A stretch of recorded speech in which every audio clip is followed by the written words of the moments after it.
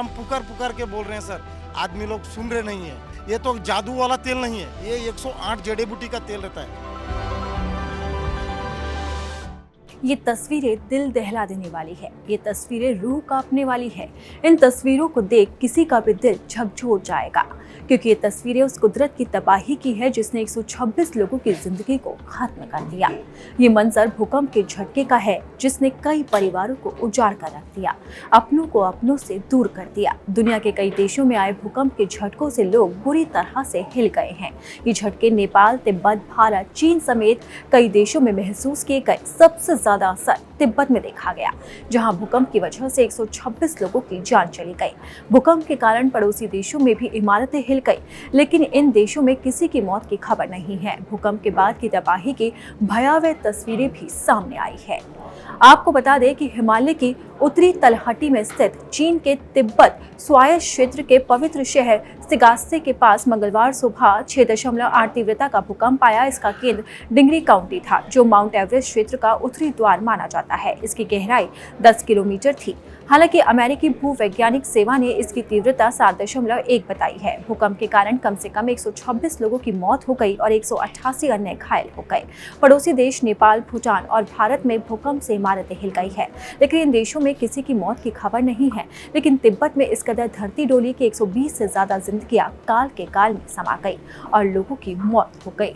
भूकंप के बाद 4.4 तक की तीव्रता के दर्जनों झटके महसूस किए गए। चीन के क्षेत्रीय आपदा राहत मुख्यालय के अनुसार सुबह 9:05 पर आए इस भूकंप को पूरे सिगास्ते क्षेत्र के महसूस किया गया, जिसकी आबादी लगभग 8 लाख है।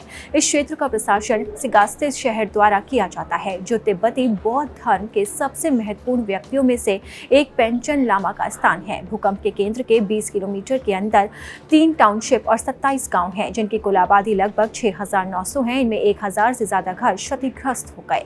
स्थानीय अधिकारी भूकंप के प्रभाव का आंकलन कर रहे हैं और हताहतों का पता लगाने में जुट गए हैं। वहीं राष्ट्रपति शी जिनपिंग ने कहा है कि हताहतों की संख्या कम करने के लिए राहत और बचाव के व्यापक प्रयास किए जाने चाहिए। प्रभावित लोगों का समुचित पुनर्वास किया जाना चाहिए और उन्हें सर्दी से बचाने के उपाय भी किए जाएंगे। भूकंप प्रभावित क्षेत्र में चीन ने 1500 से ज्यादा अग्निशमन और बचाव कर्मी लगाए हैं। साथ ही तंबू, कोट, रजाई और फोल्डिंग बेड समेत लगभग 22,000 वस्तुएं भेजी जा रही है। लोगों को बचाया जा रहा है। भूकंप के बाद चीन ने पर्यटकों के लिए एवरेस्ट दर्शन के स्थान बंद कर दिए हैं।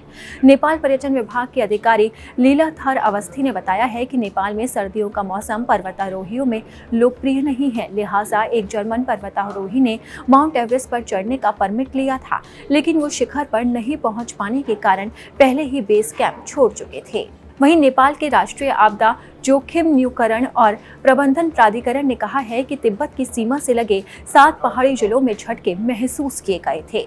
राजधानी काठमांडू में घबराहट के कारण कई लोग अपने घरों से बाहर निकल आए। लोगों ने देखा कि सड़कों पर इमारतें, पेड़ और बिजली के तार हिल रहे थे।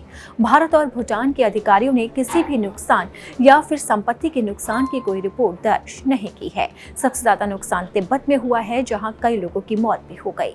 अगर आपको हमारा ये वीडियो पसंद आया तो इसे लाइक और शेयर जरूर करें। अगर अब तक आपने दैनिक जागरण को सब्सक्राइब नहीं किया है तो लेटेस्ट खबरों को जानने के लिए आप दैनिक जागरण को जरूर सब्सक्राइब करें।